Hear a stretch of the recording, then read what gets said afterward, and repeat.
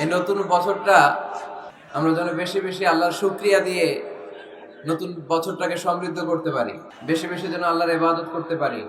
নতুন বছরে আমরা শপথ নেই, আমরা যেন অন্তরে হিংসা লালন না করি, বিদ্বেষ লালন না করি, আমরা নিজেরা যেন কাদা ছোড়াছুরি না করি, আমরা যেন মিলেমিশে একসাথে একাকার হয়ে যাই। আল্লাহ তুমি কবুল করো, আমরা পড়ি আমিন। 60টা জিনিস মানুষ মরে যাওয়ার পরে তার কবরে পৌঁছতে থাকে। ইন্না মিম্মা ইয়ালহাকুল মুমিন মিন হাসানাতিহি বা'দা মাউতিহি, মানুষ মরে যাওয়ার পরেও যে 60টা জিনিস তার কবরে পৌঁছায় তার মধ্যে একটা হচ্ছে মসজিদান বানাহু, সে যে মসজিদ বানিয়ে গিয়েছে ওই মসজিদের সওয়াব। সুবহানাল্লাহ পড়ে। আপনি টাকা দিয়ে মসজিদ বানিয়ে দিলেন, ওই মসজিদে মুসল্লিরা নামাজ পড়ে, রোজাদাররা এসে ওখানে ইফতার খায়, তাহাজ্জুদ আদায়কারীরা তাহাজ্জুদ পড়ে, তাদের সওয়াবের কমতি হবে না, কিন্তু তাদের সওয়াবের একটা পার্সেন্টেজ সওয়াব যে ব্যক্তি মসজিদ বানালো তার আমলনামে আল্লাহ ঢুকিয়ে দেয়। সুবহানাল্লাহ বলতে পারলেন না?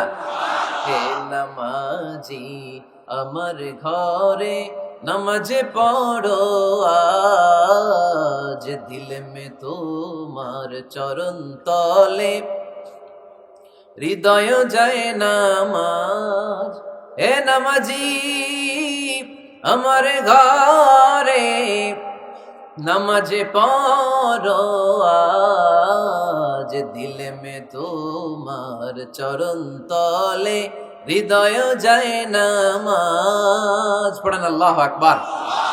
কি সুন্দর লিখেছেন কাজী নজরুল ইসলাম। মসজিদ কেমন যেন মসজিদ তার নিজের ভাষায় আল্লাহর কাছে কেঁদে কেঁদে ফরিয়াদ জানায়, আল্লাহ নামাজিরা আমার ঘরে আসে না, কি সুন্দর টাইলস, কি সুন্দর মুসল্লা, কি সুন্দর এয়ার কন্ডিশন, সব আছে কিন্তু মুসল্লি নাই, ঠিক কিনা? মসজিদগুলো আল্লাহর কাছে ফরিয়াদ জানায়, এজন্য আমরা যেন মসজিদ মুখী হই। কি মুখী? কাজী নজরুল ইসলাম খুব সুন্দর করে বলেছেন, মসজিদেরই পাশে আমায় কবর দিও ভাই, ঠিক কিনা? মসজিদেরই পাশে আমায় কবর দিও ভাই, যেন গড়ে হতে মুয়াজ্জিনের আযান শুনতে পাই।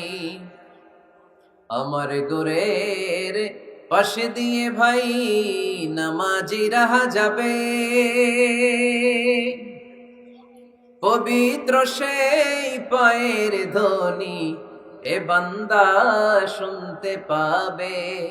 গোরা যাব হতে গুনাহগার পাইবে রেহাই, মসজিদেরই পাশে আমায় কবর দিও ভাই।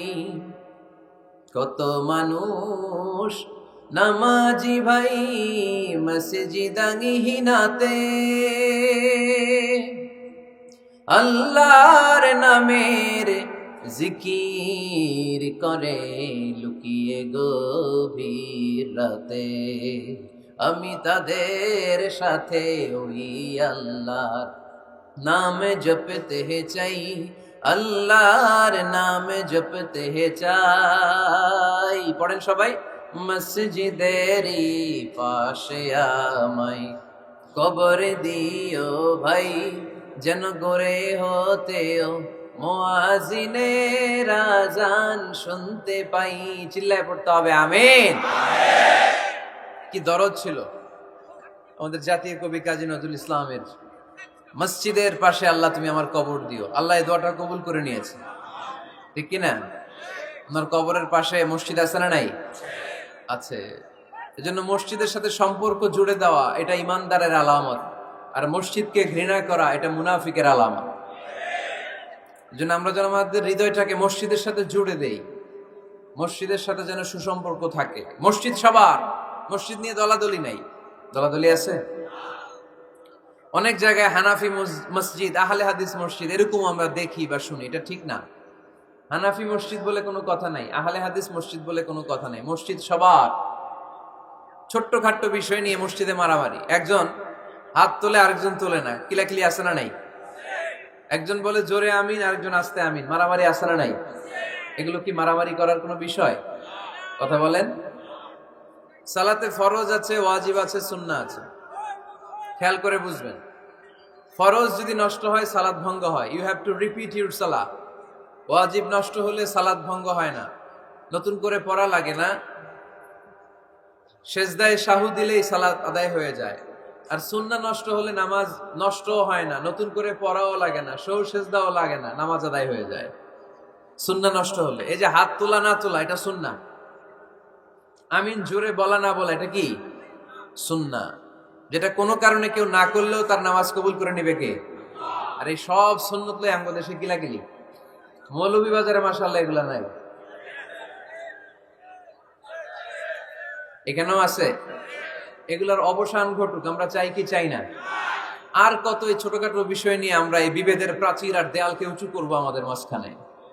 কবে আমরা ঐক্যের সিন্ডিকেট করব? কবে? আর কবে সাদা মনের মানুষ হব? কবে? আর কত? অনেক হয়েছে, আর না, এবার থামেন। বিভেদের প্রাচীরকে ভেঙে চুড়িয়ে দেন। ঐক্যের এমন সিন্ডিকেট করতে হবে যাতে কোনো অপশক্তি ঐক্যকে ভাঙতে না পারে, বানচাল করতে না পারে। চিল্লায় বলেন ঠিক কিনা? এজন্য মিউচুয়াল রেসপেক্টের দরকার, পারস্পরিক শ্রদ্ধাবোধ সব ক্ষেত্রে, রাজনীতিতে, সামাজিক অ্যাক্টিভিটিসে আমাদের আলেম ওলামাদের মধ্যে পারস্পরিক শ্রদ্ধাবোধের দরকার, মিউচুয়াল রেসপেক্ট। কেউ কাউরে রেসপেক্ট করে না, আমি যেটা বুঝছি এটাই সব, বাকি সব হারাম, এরকম বলে না অনেকে?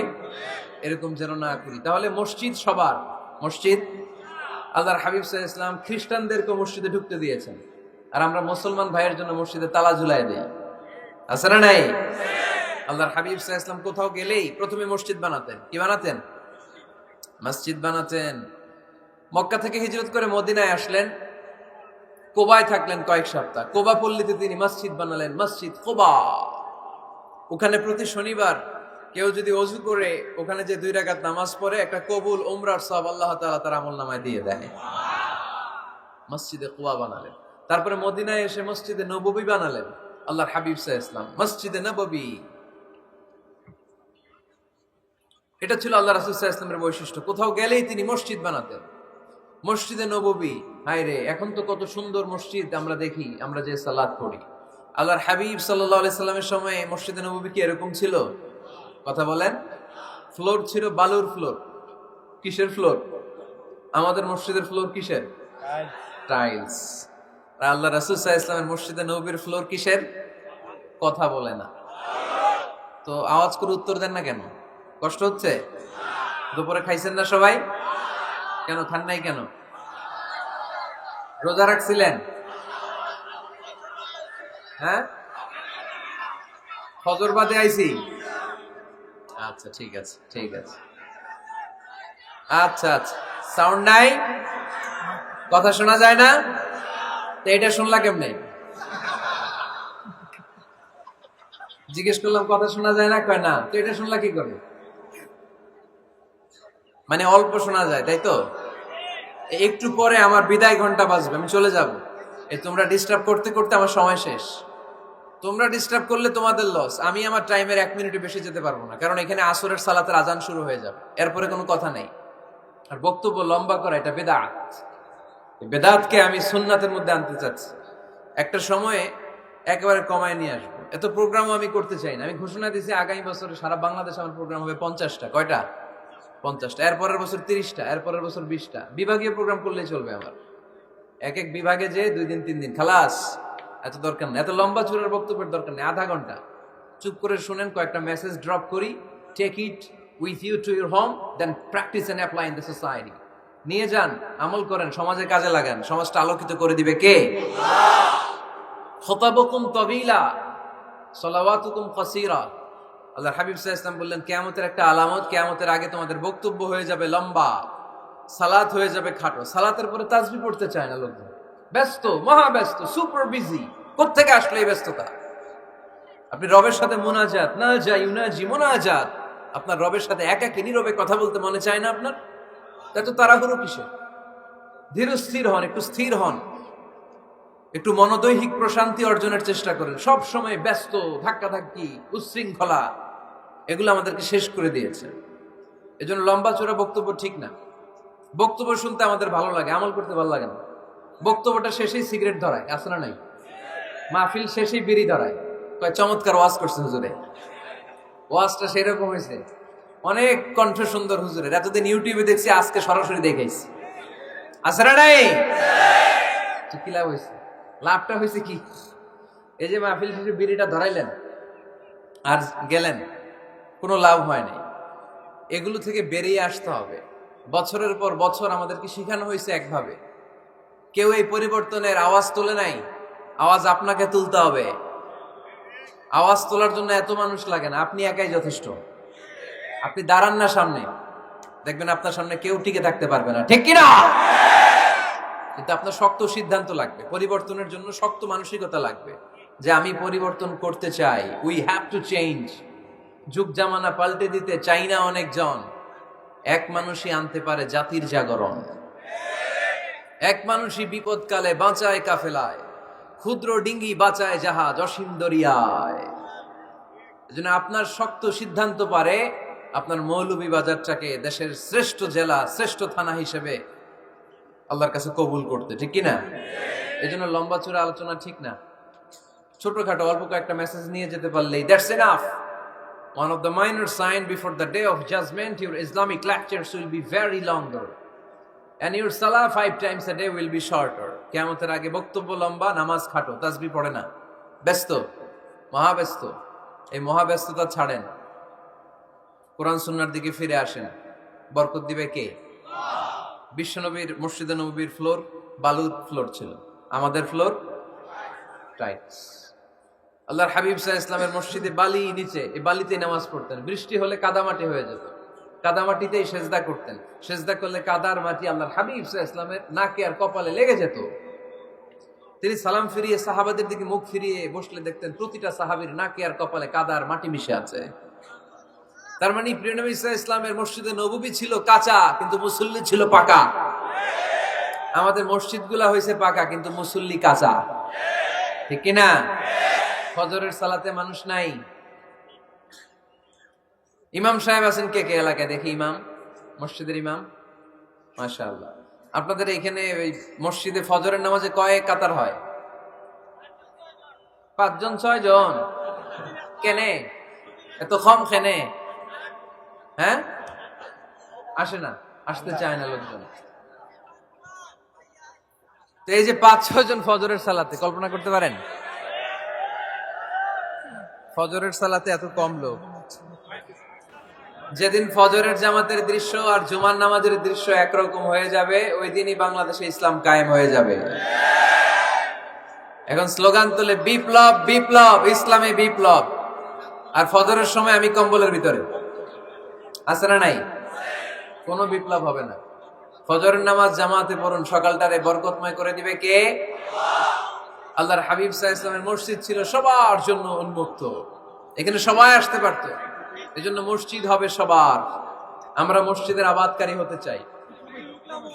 এজন্য রাব্বুল আলামিন বলেন, ইন্নামা ইয়া'মুরু মাসাজিদাল্লাহি মান আমানা বিল্লাহি ওয়াল ইয়াউমিল আখির ওয়া আকামাস সালাতা ওয়া আতাজ যাকাতা ওয়া লাম ইয়াখশা ইল্লাল্লাহ فعسى أولئك أن يكونوا من المهتدين। সুবহান আল্লাহ পড়েন। রব্বুল আলামিন বললেন মসজিদের আবাদকারী হবে তারা যারা আল্লাহর প্রতি ঈমান আনে, আখিরাতের প্রতি ঈমান আনে, যারা সালাত কায়েম করে, যারা যাকাত আদায় করে, যারা দুনিয়ার কাউকে ভয় পায় না, ভয় পায় একজনকে। চিল্লায় বলেন তিনি কে? যাদের হৃদয়ে আছে আল্লাহর ভয়, তারা কবু পথ ভুলে যায় না। আল্লাহর প্রেম ছাড়া এই দুনিয়া কারো কাছে কোনো কিছু চায় না, ঠিক কিনা? তাহলে যারা মসজিদের আবাদকারী, এরা ভয় পায় একজনকে। চিল্লায় বলেন তিনি কে? মসজিদের আবাদকারীদের প্রথম গুণ, তারা আল্লাহয় বিশ্বাস করে, তারা আখিরাতে বিশ্বাস করে, তারা সালাত কায়েম করে, তারা যাকাত আদায় করে, তারা আল্লাহ ছাড়া পৃথিবীর কাউরে ভয় পায় না। আল্লাহ বলেন ফাআসা উলাইকা আইয়াকুনু মিনাল মুহতাদিন। আশা করা যায় তারাই হলো হেদায়েতের রাস্তার উপরে আছে, ঠিক কি না? তারাই মসজিদের আবাদকারী, যারা মসজিদে যায়, সালাত আদায় করে। এখন মসজিদের আবাদকারী আপনি হতে চান, আপনি মসজিদে যান না, আপনি আবাদকারী হতে পারবেন? মসজিদের অনেক সভাপতি আছে, মসজিদে যায় না, আছে না নাই? মৌলভীবাজারে এই সমস্যা বোধহয় নাই। মসজিদের সেক্রেটারি মসজিদে যায় না, আছে না নাই? তাহলে হইলো, এটা হইলো, এটা মেনে নেওয়া যায়? এজন্য সভাপতি সাহেবরা, আপনি কষ্ট করে মসজিদ বানিয়েছেন, মসজিদে যাবেন। এই কথা বলেন কেন? এত দিকে বিশৃঙ্খলা হইলে কেমন হবে? বসেন আর অল্প কয়েক মিনিট। সভাপতি সাহেব আপনি মসজিদে যাবেন, সেক্রেটারি সাহেব আপনি মসজিদে যাবেন, তাহলে আপনি সঠিক মসজিদের আবাদকারী হবেন, ঠিক কিনা? আমরা মসজিদের আবাদকারী হতে চাই, ইনশাআল্লাহ। পড়েন উমরানুল মাসাজিদ। মসজিদের আবাদ কি করে করতে হয়? মসজিদ আবাদ করার এক নাম্বার মাধ্যম হচ্ছে মসজিদ নির্মাণ করা। কি করা? নির্মাণ করা। খেয়াল করবেন, আল্লাহর হাবিব সাল্লাল্লাহু আলাইহি ওয়াসাল্লাম বলেছেন, মান বানা মসজিদান মিন মালিহি ফিদ দুনিয়া বানাল্লাহু লাহু বাইতান ফিল জান্নাহ। যে ব্যক্তি নিজের পকেটের টাকা খরচ করে দুনিয়াতে মসজিদ বানায়, আল্লাহ তাআলা তার জন্য জান্নাতে ঘর বানায়। 60টা জিনিস মানুষ মরে যাওয়ার পরে তার কবরে পৌঁছতে থাকে। ইন্না মিম্মা ইয়ালহাকুল মুমিন মিন হাসানাতিহি বা'দা মাউতিহি। মানুষ মরে যাওয়ার পরেও যে 60টা জিনিস তার কবরে পৌঁছায়, তার মধ্যে একটা হচ্ছে মসজিদান বানাহু। সে যে মসজিদ বানিয়ে গিয়েছে, ওই মসজিদের সওয়াব। সুবহানাল্লাহ পড়ে। আপনি টাকা দিয়ে মসজিদ বানিয়ে দিলেন, ওই মসজিদে মুসল্লিরা নামাজ পড়ে, রোজাদাররা এসে ওখানে ইফতার খায়, তাহাজ্জুদ আদায়কারীরা তাহাজ্জুদ পড়ে, তাদের সওয়াবের কমতি হবে না, কিন্তু তাদের সওয়াবের একটা পার্সেন্টেজ সওয়াব যে ব্যক্তি মসজিদ বানালো তার আমলনামায় আল্লাহ ঢুকিয়ে দেয়। এজন্য বেশি বেশি মসজিদ বানাতে রাজি আছেন তো? তাহলে মসজিদ আবাদ করার প্রথম মাধ্যম হচ্ছে মসজিদ বানানো। 2 নাম্বার মাধ্যম হচ্ছে মসজিদে যে জামাতে সালাত আদায় করা। জামাতে সালাতুল জামাআ তাফদুলু সালাতাল ফাযযি বি27 দারাজা। ঘরে নামাজ পড়লে, একা একা পড়লে যেই সওয়াব, জামাতে পড়লে 27 গুণ বেশি সওয়াব। সুবহানাল্লাহ বলতে পারলেন না? হে নামাজি আমার ঘরে নামাজে পড়ো আজ, দিল মে তোমার চরণ তলে হৃদয় যায় নামাজ। হে নামাজি আমার ঘরে নামাজে পড়ো আজ, দিল মে তোমার চরণ তলে হৃদয় যায় নামাজ। পড়েন আল্লাহু আকবার। কি সুন্দর লিখেছেন কাজী নজরুল ইসলাম। মসজিদ কেমন যেন মসজিদ তার নিজের ভাষায় আল্লাহর কাছে কেঁদে কেঁদে ফরিয়াদ জানায়, আল্লাহ নামাজিরা আমার ঘরে আসে না, কি সুন্দর টাইলস, কি সুন্দর মুসল্লা, কি সুন্দর এয়ার কন্ডিশন, সব আছে কিন্তু মুসল্লি নাই, ঠিক কিনা? মসজিদগুলো আল্লাহর কাছে ফরিয়াদ জানায়। এজন্য আমরা যেন মসজিদমুখী হই। কি মুখী? আওয়াজ করে বলতে হবে, কি মুখী? মসজিদমুখী। তাহলে মসজিদ আবাদের 1 নাম্বার পদ্ধতি মসজিদ বানানো। 2 নাম্বার মসজিদে বেশি বেশি যে জামাতে সালাত আদায় করা। 3 নাম্বারে মসজিদের সাথে সম্পর্ক জুড়ে দেওয়া, হৃদয়টা যেন সবসময় মসজিদের সাথে লেগে থাকে। আল্লাহর হাবিব সাল্লাল্লাহু আলাইহি ওয়াসাল্লাম বললেন, সাবআতুন ইউযিল্লুহুমুল্লাহু ফি যিল্লিহি ইয়াওমা লা যিল্লা ইল্লা যিল্লু। 7 শ্রেণীর ব্যক্তিকে আল্লাহ তাআলা কিয়ামতের দিন আরশের নিচে ছায়া দিবে, যেদিন আল্লাহর আরশের ছায়া ছাড়া কোনো ছায়া পৃথিবীতে থাকবে না। সেই দিনটা কি এই দিনের মতো?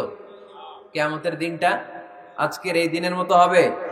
50,000 বছর হবে। এটা লেন্থ, এটা ডিউরেশন। কাআন সাফসাফা লা তারা ফিহা ইওয়াজা ওয়ালা আমতা।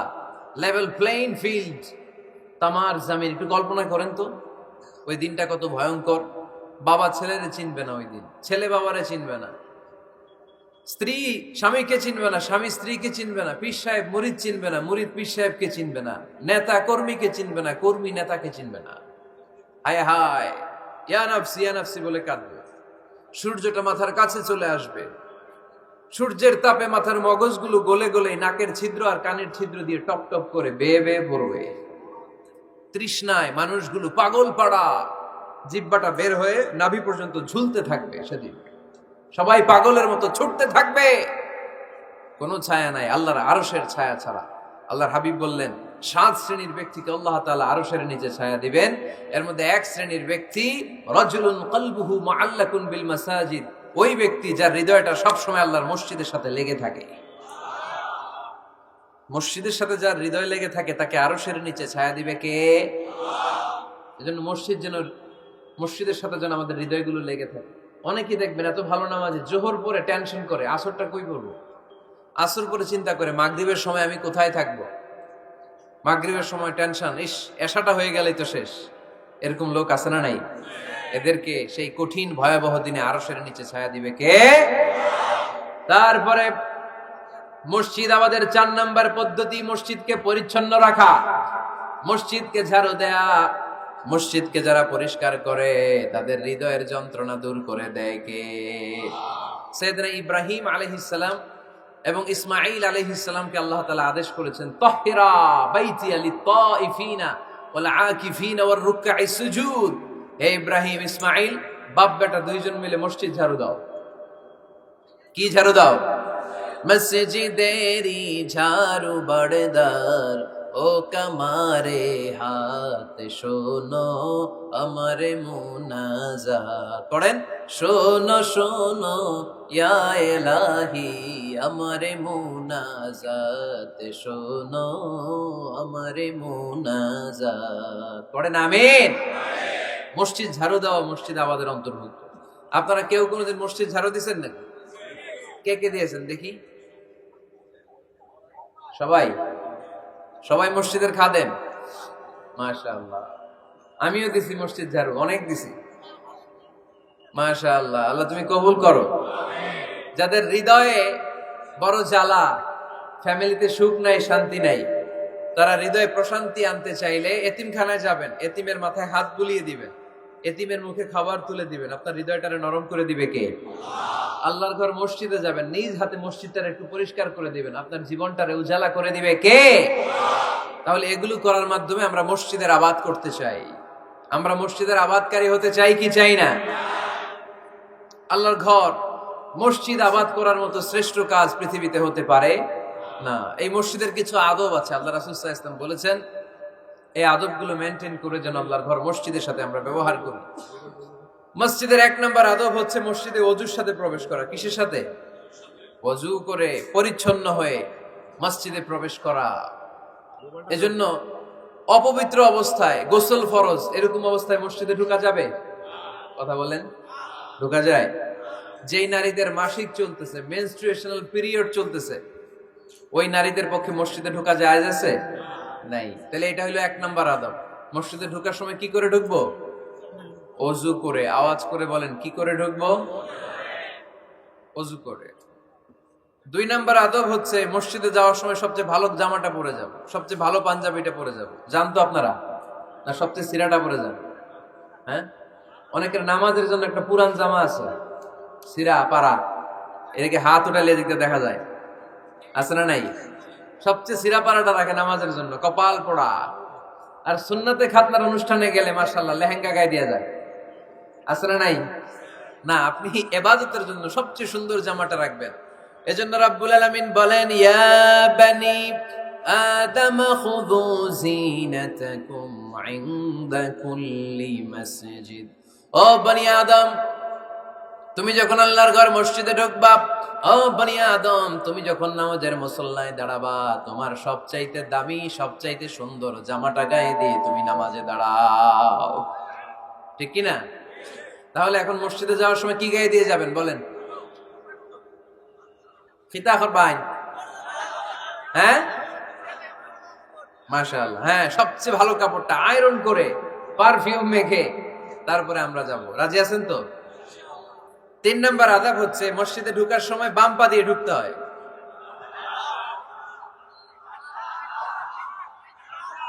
কোন পা? আরো জোরে। এদেরকে গুতা মারা লাগে, নাহলে আওয়াজ বাড়ে না। এরকম ভলিউম টাইট করতে হয়, ভলিউম হাই করলে আর করে বাড়ে। এমনি বলতে চায় না। ঘটনা কি? হ্যাঁ, খায় নাই? বদরের যুদ্ধ হয়েছিল রমাদানে, কোন সাহাবী খায় নাই, না খাইয়া একেবারে সাইজ করে দিছে কাফেরদেরকে। আমরা না খেলেও আমাদের হৃদয়ে ইমানি শক্তি আছে না নাই?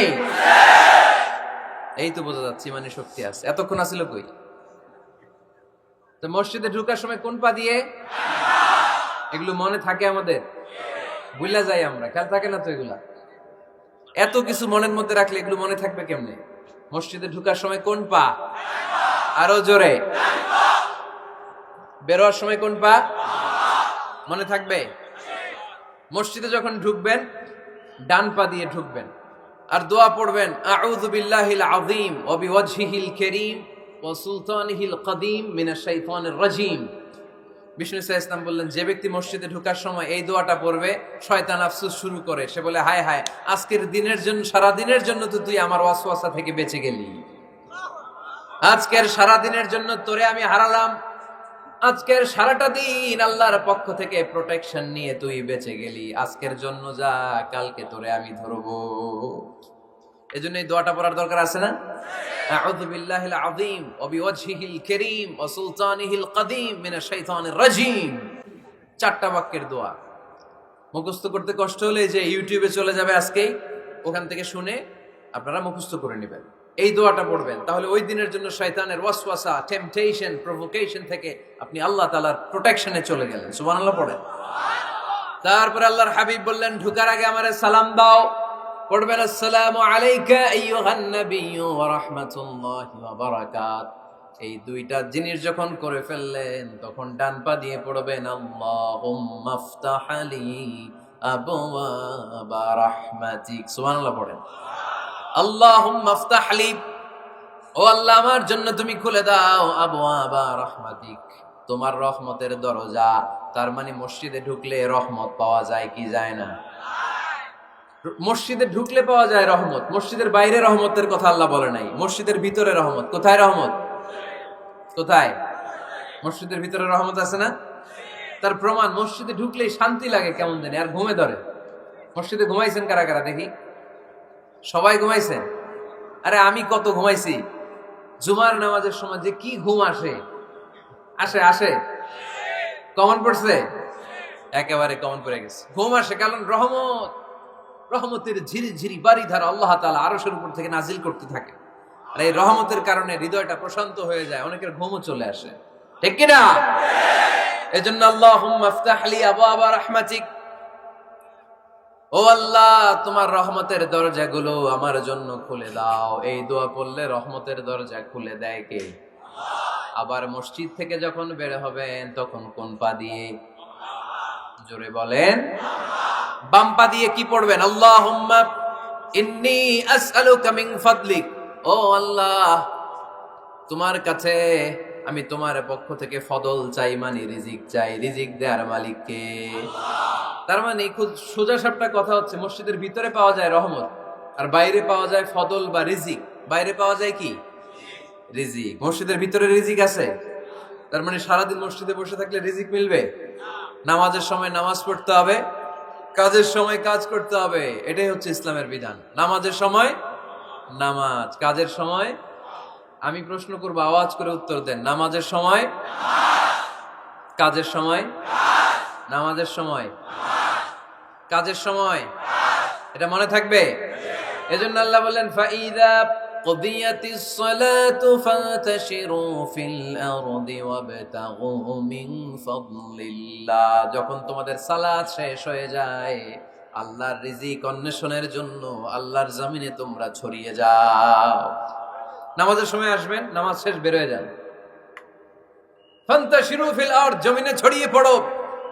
নামাজ শেষ, চেয়ারম্যান সাহেব চলে যাবে ইউনিয়ন পরিষদের ভেতরে, ছাত্ররা চলে যাবে হাই স্কুলে, মেম্বার অফ দ্য পার্লামেন্ট চলে যাবে সংসদে, সেনাবাহিনীর লোকেরা চলে যাবে ক্যান্টনমেন্টে, ব্যবসায়ীরা চলে যাবে তাদের বাজারে, সিএনজি ওয়ালারা সিএনজি নিয়ে ব্যবসা শুরু করবে, রাস্তায় নেমে যাবে, চিল্লায় বলেন ঠিক কিনা? এটাই ইসলামের বিধান। নামাজের সময় নামাজ, কাজের সময়। আচ্ছা, তাহলে প্রথম সুন্নাত পেলাম, পবিত্র হয়ে ঢুকবো, ভালো জামা পরে ঢুকবো, 2 নাম্বার। 3 নাম্বার, ঢুকার সময় কোন পা, বের হওয়ার সময়। 4 নাম্বার, মসজিদে ঢুকে 2 রাকাত। মসজিদে ঢুকে কয় রাকাত পড়েন আপনারা? তাহিয়াতুল মসজিদ, মসজিদে আপনি ওয়েলকাম জানাবেন, ঢুকেই 2 রাকাত পড়বেন, ওযু করলেই 2 রাকাত। আল্লাহর হাবিব সাল্লাল্লাহু আলাইহি ওয়াসাল্লাম মসজিদে নববীতে জুমার খুতবা দিচ্ছেন। খুতবা চলাকালীন সময়ে এক সাহাবী এসে মসজিদের মধ্যে বসে পড়লেন। আল্লাহর হাবিব সাল্লাল্লাহু আলাইহি ওয়াসাল্লাম সাহাবীরে বললেন, দাঁড়াও। সাহাবী দাঁড়ালেন। আল্লাহর নবী জিজ্ঞেস করলেন, কেন বসে পড়লা? 2 রাকাত পড়ছো নাকি? সাহাবী বলে, পড়ি নাই। বিশ্বনবী বললেন, তাহলে তাড়াতাড়ি 2 রাকাত নামাজ পড়ে বসে যাও। সুবহানাল্লাহ পড়ো। 2 রাকাত পড়ো নাই তো পড়ো, দাঁড়াও, তারপরে বসো। দেখেন, খুতবা চলাকালীন সময়ে আমাদের খতিবরা কখনো খুতবা থামায়? কথা বুঝেন নাই? জুমার খুতবা আপনারা শুনেন না? খুতবা চলতেছে, ওই মুহূর্তে ইমাম সাহেবরা কখনো খুতবা থামায়? মাঝখানে কোনো ঝামেলা হইলে থামায় না। প্রথম খুতবা শেষ, বসে, তারপরে দ্বিতীয় খুতবা। খুতবার মাঝখানে কোনো থামাথামি নাই। কিন্তু আল্লাহর হাবিব সাল্লাল্লাহু আলাইহি সাল্লাম কেমন খতিব ছিলেন দেখেন।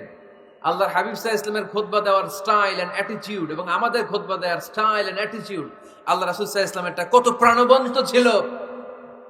আল্লাহ রাসূল সাল্লাল্লাহু আলাইহি সাল্লাম সোসাইটি ওরিয়েন্টেড একজন পার্সোনালিটি ছিলেন, সমাজের মানুষ কেন্দ্রিক, খুব সামাজিক ছিলেন আল্লাহ রাসূল সাল্লাল্লাহু আলাইহি সাল্লাম। তিনি দেখলেন একজন বসে পড়ছে, উনি খুতবা থামায় দিলেন। জুমার খুতবা থামায় বললেন, এই নামাজ পড়ছো? না। পড়ো, 2 রাকাত পড়ো। আবার খুতবা শুরু করলেন। সুবহানাল্লাহ পড়বেন না? একবার তিনি খুতবা দিচ্ছেন, দেখলেন আল্লাহ রাসূল সাল্লাল্লাহু আলাইহি ওয়াসাল্লামের 2 জন নাতি হাসান আর হুসাইন রাদিয়াল্লাহু তাআলা আনহুমা, ছোট্ট মানুষ, কাতারের ভিতরে ঢুকে কোন সাহাবী টুপি টান দেয়, কারো পাগড়ি ধরে টান দেয়, একজন এদিকে দৌড় দেয়, আরেকজন ওদিকে দৌড় দেয়। মসজিদে একটা ডিস্টার্ব হচ্ছে। আল্লাহর হাবিব সাল্লাল্লাহু আলাইহি ওয়াসাল্লাম খুতবা থামিয়ে দিলেন, মিম্বার থেকে নেমে আসলেন, 2 নাতিকে 2 হাতে ধরলেন, ধরে আস্তে করে জান্নাতের এই 2 সর্দারকে নিয়ে মিম্বারের উপরে দাঁড়ালেন। এই হাতে এই নাতি, ওই হাতে আরেক নাতি। এরপর দাঁড়িয়ে দাঁড়িয়ে তিনি বাকি খুতবা দিলেন। পড়েন সুবহানাল্লাহ। কত প্রাণবন্ত খুতবা। উনিও খুতবা দিতেন, আমরাও খুতবা দেই।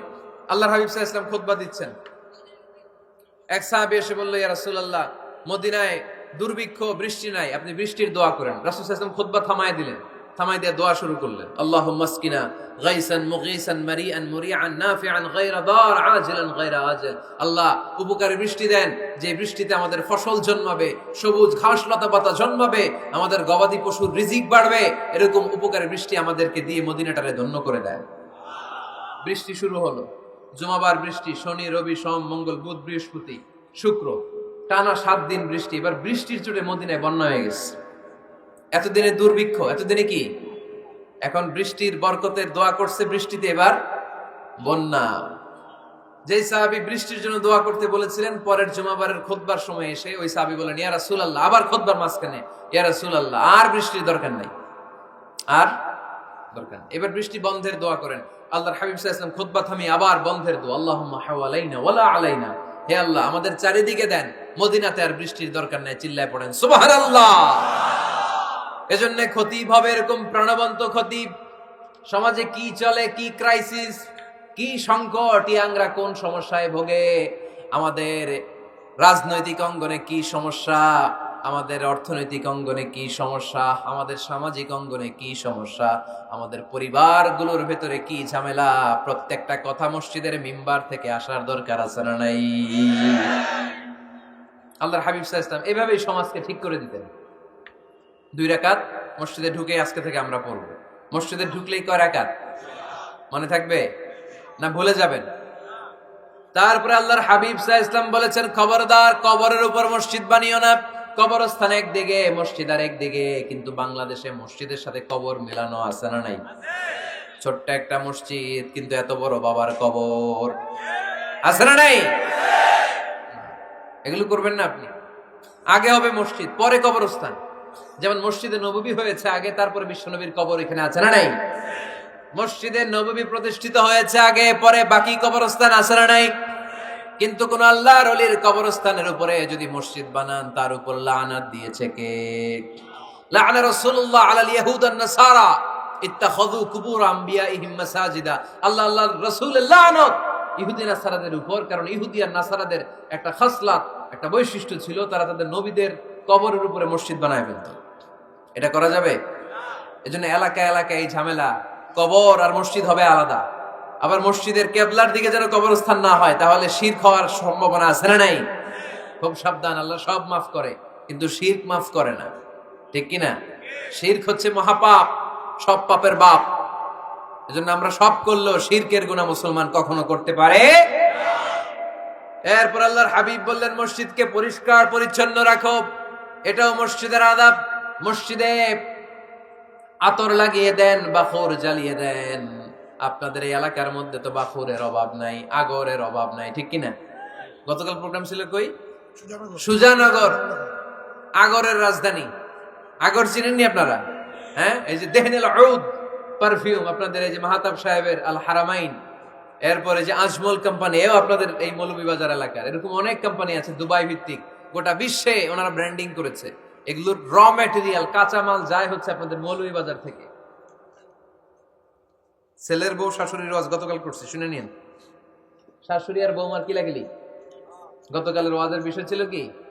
শাশুড়ি বৌমার কিলাকিলি কি করে থামাবেন, শুনে নিন। আচ্ছা ঠিক আছে, মুফতি সাহেবদের কাছ থেকে জেনে নেবেন এই প্রশ্ন। আমি উত্তর দিলে আবার কিলাকিলি লেগে যাবে বাংলাদেশ, কিলাকিলির দরকার নেই। সম্মানিত ভাইয়েরা, মসজিদ পরিষ্কার পরিচ্ছন্ন রাখবেন, এই বাখুর জ্বালাবেন, দেহিনুল উদ, এই পারফিউম গুলো ছড়িয়ে দিবেন। মসজিদের মধ্যে অনেক মসজিদে দুর্গন্ধ আছে না নাই? এই কার্পেটের মধ্যে ময়লা, পরিষ্কার করে না। আল্লাহর হাবিব সাল্লাল্লাহু আলাইহি ওয়াসাল্লাম বলেছেন, খবরদার। আম্মা জান আয়েশা বর্ণনা করেন, আমার রাসূলুল্লাহ সাল্লাল্লাহু আলাইহি ওয়াসাল্লাম বিবিনাইল মসজিদ ফি দুয়ার ওয়া আন তুতাইয়াবা ওয়া তুনাযাফ, আমরা যেন এলাকা এলাকায় মসজিদ বানাই, মসজিদগুলোকে যেন পারফিউম দিয়ে, আতর দিয়ে সুগন্ধময় করে দেয়, বিশ্বনবী আদেশ করেছেন। সুবহানাল্লাহ পড়ুন। এজন্য কোনো অপরিচ্ছন্ন মসজিদ থাকতে পারবে না। মসজিদের পাশ দিয়ে গেলে আতরের ঘ্রাণে আমোদ হয়ে লোকজন যেন বুঝতে পারে এটা আল্লাহর ঘর, মসজিদ। চিল্লায় বলেন ঠিক কিনা? এরপরে আল্লাহর হাবিব সাল্লাল্লাহু আলাইহি ওয়াসাল্লাম বলেছেন, মসজিদের আরেকটা আদব হলো মসজিদকে অতিমাত্রায় ডিজাইন না করা। বেশি ডিজাইন করা যাবে না।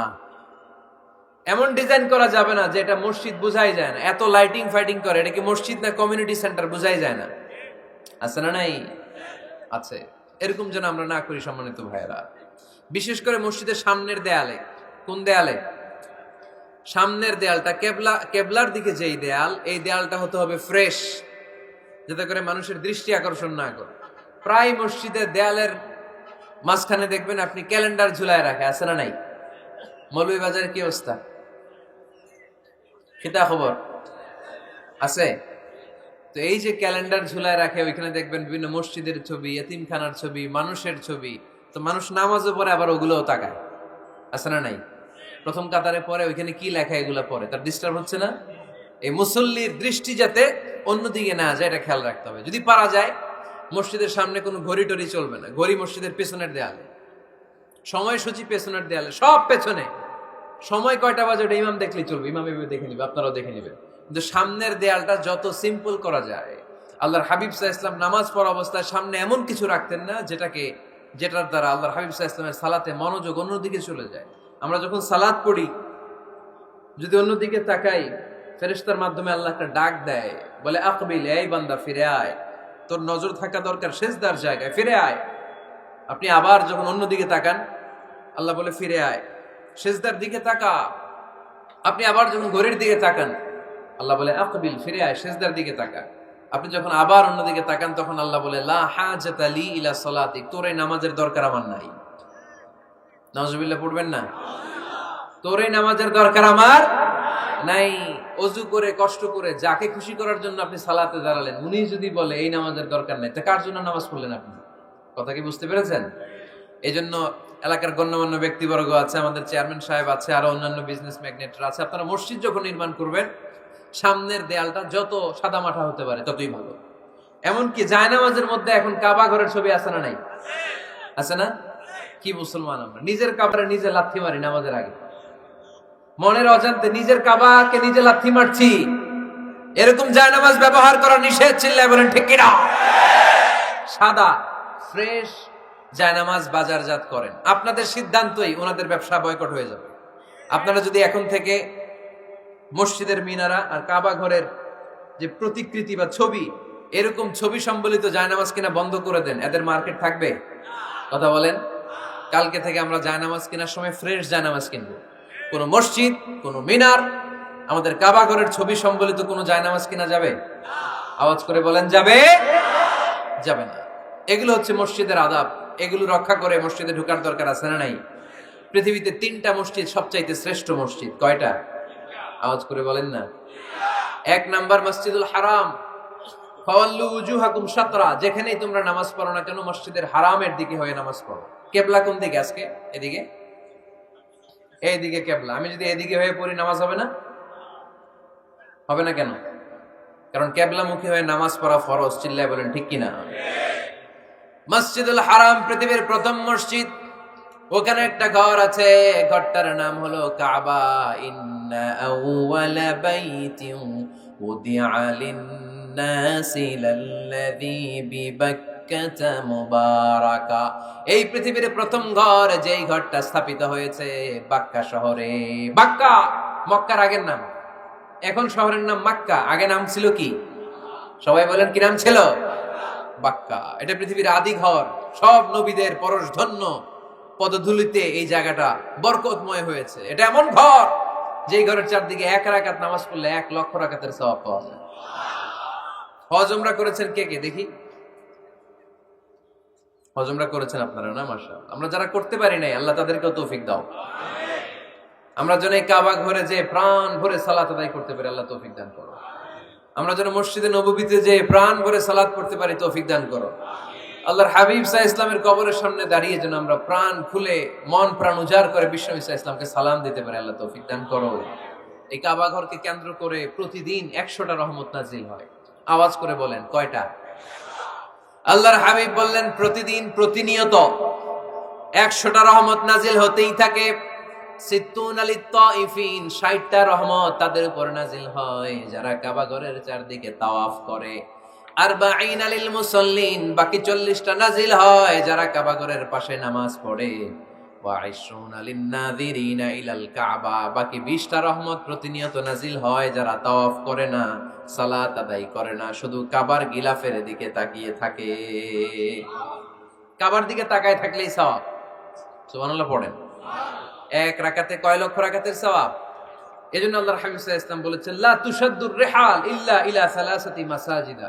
স্পেশাল ভার্চু এন্ড রিওয়ার্ড, বিশেষ সওয়াবের নিয়তে পৃথিবীর এই 3টা জায়গা ছাড়া কোথাও নিয়ত করে ভ্রমণ করা জায়েজ নাই। 1 হচ্ছে মসজিদুল হারাম, 2 হচ্ছে মসজিদ নববী, 3 হচ্ছে মসজিদুল আকসা। এই 3টা মসজিদ ছাড়া পৃথিবীর কোন মসজিদে নিয়ত করে সফর করা যাবে না।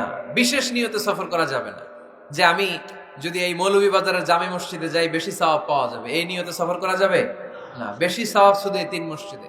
মসজিদুল হারামে 1 রাকাতে কত রাকাতের সওয়াব? কথা কয় না, বুঝে নাই বোধহয়। কয় লক্ষ? আর মসজিদে নববীতে 1 রাকাতে 1000 রাকাতের সওয়াব। আরেক বর্ণনায় আছে 50,000, বর্ণনাটা দুর্বল। সহিহ বর্ণনায় এসেছে 1 রাকাতে 1000 রাকাতের সওয়াব। মসজিদুল আকসায় সালাত করলে 1 রাকাতে, এক বর্ণনায় এসেছে 250 রাকাতের সওয়াব, আরেক বর্ণনায় এসেছে 500 রাকাতের সওয়াব। এই 3টা মসজিদ ছাড়া নামাজ পড়লে বেশি সওয়াব হবে, এই নিয়তে সফর করা যাবে? চিল্লায় বলেন যাবে। তুমি মসজিদটা দর্শন করার জন্য যেতে পারবে। মসজিদটা দেখতে কেমন, এটার ক্যালিওগ্রাফিক্যাল ডিজাইন কেমন, এটার আর্কিটেকচারাল ডিজাইন কেমন, এটার দৃষ্টিনন্দন সৌন্দর্য কেমন, মসজিদটা দেখতে কেমন, দেখতে যেতে পারবেন। কিন্তু বিশেষ সওয়াব রিওয়ার্ড এই 3টা মসজিদ ছাড়া অন্য কোনো মসজিদের জন্য হবে না। এই মসজিদ হচ্ছে আমাদের সামাজিক ঐক্যের কেন্দ্রবিন্দু, এটা হচ্ছে আমাদের কমিউনিটি সেন্টার। আমরা শুধু নামাজের জন্য মসজিদকে ইউজ করি, এছাড়া আরো অনেক ইউসেজ আছে মসজিদের। খেয়াল রাখবেন, আমাদের মুসলমানদের মসজিদ হিন্দুদের মন্দিরের মতো নয়। কোথায় আজান হইছে? শেষ করে দিব না? সুবহানাকাল্লাহুম্মা ওয়া বিহামদিকা আশহাদু আল্লা ইলাহা ইল্লা আনতা আস্তাগফিরুকা ওয়া আতুবু ইলাইক। আল্লাহ আমাদের সবাইকে কথাগুলো বুঝার আমল করার তৌফিক দান করুন।